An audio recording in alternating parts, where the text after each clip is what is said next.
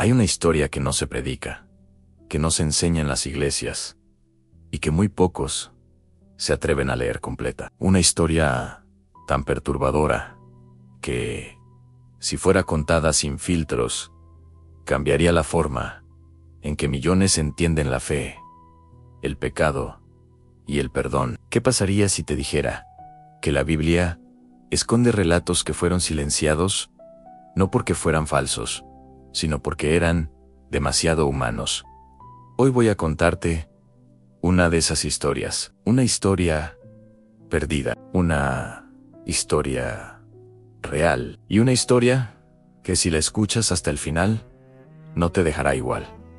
No fue encontrada en un púlpito, no fue leída en una misa, fue descubierta en fragmentos, entre textos antiguos, comentarios rabínicos y manuscritos apócrifos que sobrevivieron al polvo, al fuego y al silencio. Los antiguos escribas hablaban de ella en voz baja. Decían que era una historia demasiado cruda para el pueblo, porque mostraba algo que nadie quería aceptar, en que incluso los elegidos de Dios cayeron más bajo de lo que imaginamos. Esta es la historia de Elías Ben Ezer, un hombre casi borrado de la memoria sagrada. Elías Ben Ezer no era un hombre común. Desde joven decía escuchar la voz de Dios con una claridad asombrosa, no en sueños, no en visiones vagas. La escuchaba despierto, como un susurro constante que lo guiaba. El pueblo lo respetaba. Los ancianos lo consultaban, los enfermos buscaban su oración. Era la conexión directa con lo divino, un canal puro de la voluntad de Dios. Pero había algo que nadie sabía, un secreto que ardía en su interior. Elías odiaba la voz que lo eligió. Cada palabra divina lo llevaba a perder algo: amistades, descanso, amor, humanidad.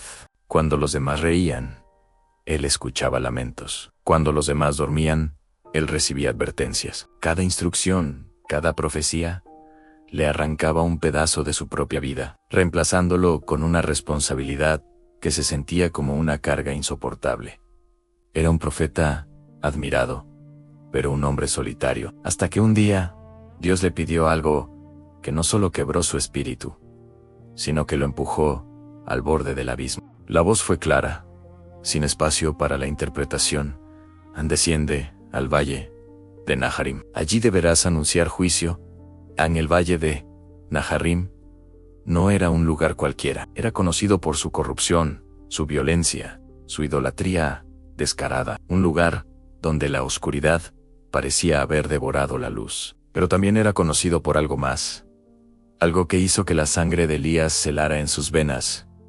Allí vivía su familia, su hermano, su sangre, su pasado. El mensaje que debía entregar no era de esperanza, ni de misericordia. Era de advertencia final, de destrucción, y Elías lo supo al instante.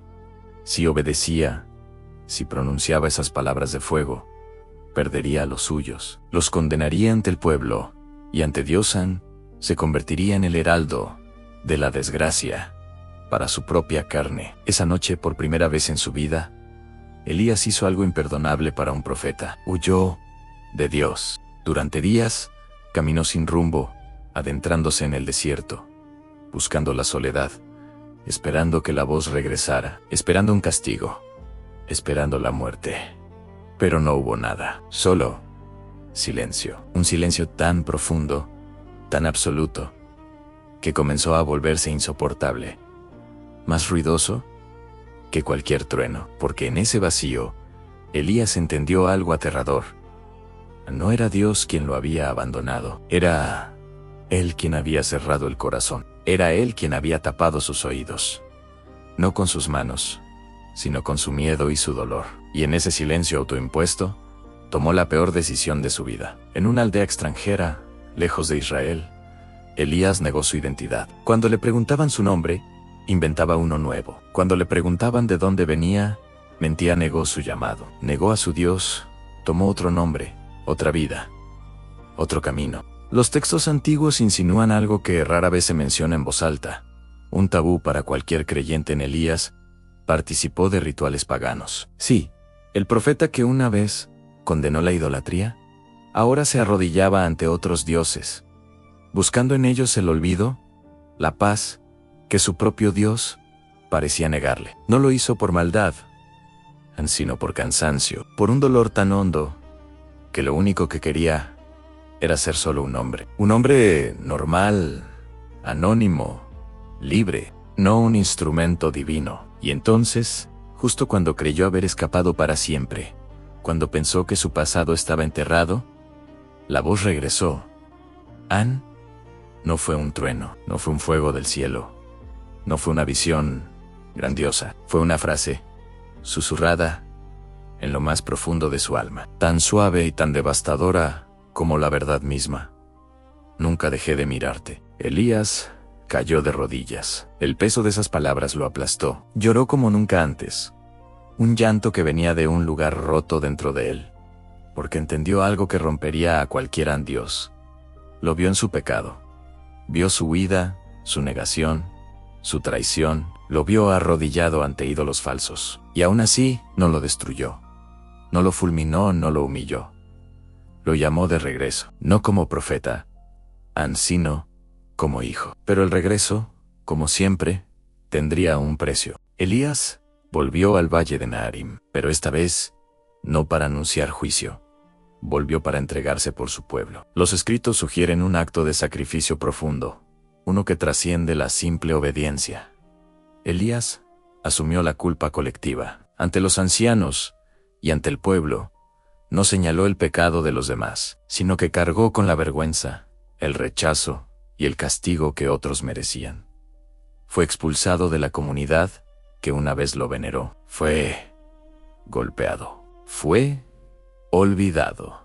Y murió lejos del reconocimiento, sin milagros que lo vindicaran, sin gloria que adornara su tumba, sin canciones que recordaran su nombre. Murió solo, con una única certeza grabada en su corazón. Roto en Dios no busca perfección. Dios busca corazones quebrados que regresen. Un antiguo comentario rabínico dice: el justo no es el que nunca cae, sino el que cae y aún así vuelve. Y en el libro de Oseas, capítulo 6, versículo 1, leemos algo que resuena con esta historia. Él nos hirió, pero nos sanará. Nos golpeó, pero nos vendarán. Estas palabras no son solo poesía antigua, son un eco de la historia de Elías ben Aser. Una historia de herida y sanación, de caída y redención. Tal vez esta historia fue silenciada porque nos muestra demasiado bien, porque en el rostro de Elías vemos nuestro propio reflejo. Nos recuerda que la fe no es limpia, ni ordenada, ni perfecta, que los profetas dudan, que los elegidos huyen, que los justos caen y que Dios sigue esperando, con los brazos abiertos. La verdadera pregunta no es si esta historia ocurrió exactamente así, con cada detalle que he contado. La verdadera pregunta es: ¿cuántas veces tú también huiste de tu llamado? ¿Cuántas veces el peso de la responsabilidad te hizo querer desaparecer? ¿Y cuántas veces creíste que ya no había regreso, que tu error había sido demasiado grande? Si esta historia te tocó, no es casualidad. Es un recordatorio de que no estás solo en tu lucha. Comenta. ¿Crees que estas historias deberían contarse más? Comparte este video con alguien que necesita escuchar que siempre hay un camino de vuelta. Y suscríbete al canal, porque aún hay muchas historias que nunca debieron ser olvidadas.